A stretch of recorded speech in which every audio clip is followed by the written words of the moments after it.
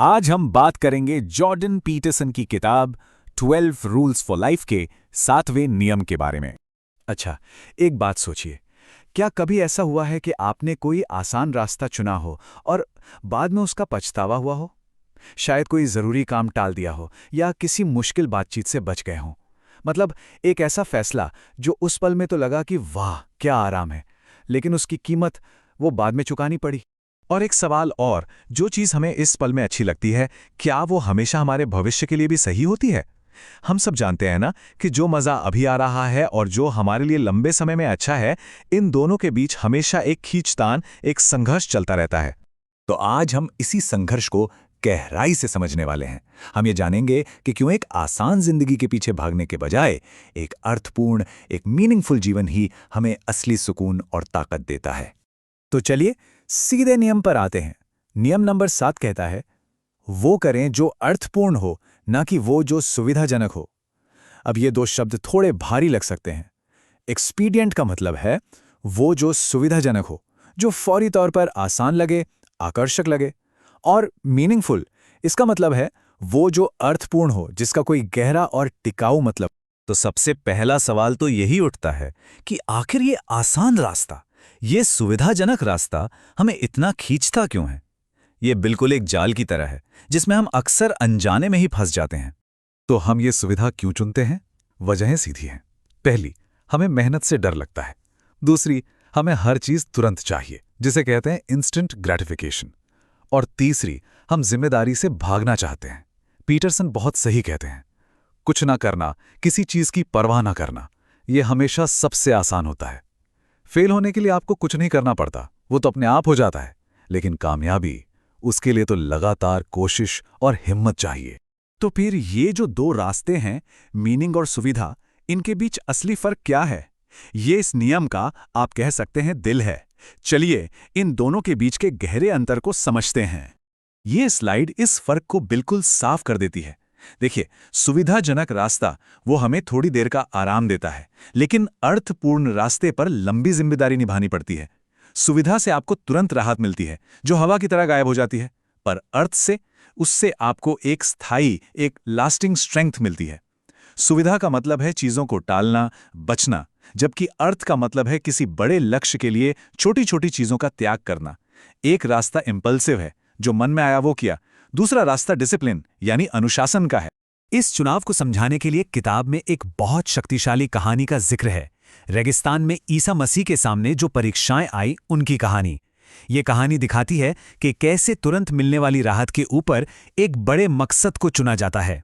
तो पहली परीक्षा में शैतान ने भूखे मसीह को उकसाया कि वो पत्थर को रोटी में बदल दें। सोचिए, कितना आसान और सुविधाजनक विकल्प था। तुरंत भूख मिट जाती।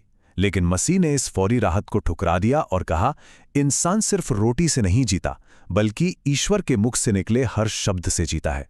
यहां पर रोटी जो है वो सुविधा का प्रतीक है, और ईश्वर का शब्द वो एक गहरे अर्थ का। तो इस कहानी का सबसे बड़ा सबक क्या है? सबक यह है कि अर्थ को चुनना मतलब किसी ऊंचे लक्ष्य को चुनना, भले ही उसके लिए त्याग करना पड़े। मसीह ने अपनी पल भर की भूख मिटाने के बजाय उस रास्ते को चुना जो पूरी मानवता की बड़ी समस्याओं का हल करे।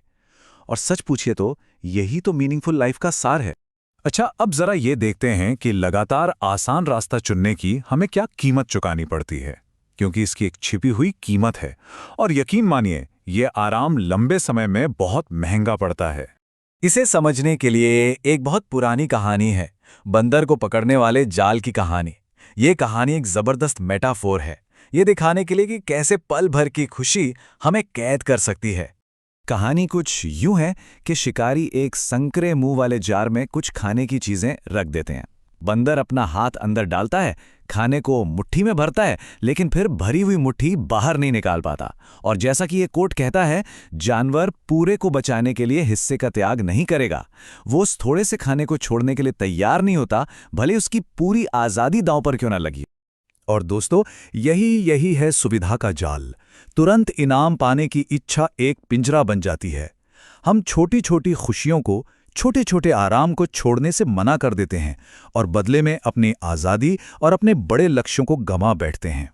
अगर आप भी मानते हैं कि सही रास्ता आसान रास्ते से ज्यादा जरूरी है, तो नीचे कमेंट्स में मीनिंग लिखिए। चलिए देखते हैं हम में से कितने लोग इस सोच के साथ खड़े हैं। तो ठीक है, समस्या तो समझ आ गई, पर अब सवाल ये उठता है कि हम अपनी जिंदगी में ज्यादा अर्थ, ज्यादा मीनिंग लाएं कैसे? क्योंकि सिर्फ प्रॉब्लम को समझना काफी नहीं है, हमें इसका सॉल्यूशन भी तो चाहिए। तो यहाँ 4 प्रैक्टिकल स्टेप्स हैं जो आप अपना सकते हैं। पहला, खुशी को टालना सीखें। इसका मतलब है लंबे फायदे के लिए छोटी छोटी खुशियों का त्याग करें, जैसे टीवी देखने के बजाय कोई नई स्किल सीखने में वक्त लगाएं। दूसरा, जिम्मेदारी उठाएं। चुनौतियों से भागिए मत, बल्कि खुद आगे बढ़कर उनका सामना कीजिए, क्योंकि इसी से आप मजबूत बनेंगे। तीसरा, अपनी मंजिल तय करें। अगर लक्ष्य ही नहीं होगा तो आप बस भटकते रहेंगे।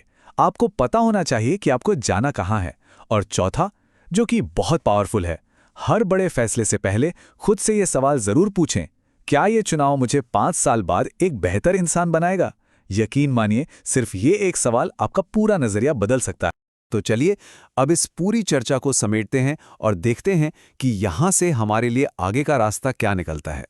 इस अध्याय के कुछ सबसे जरूरी सबक ये हैं।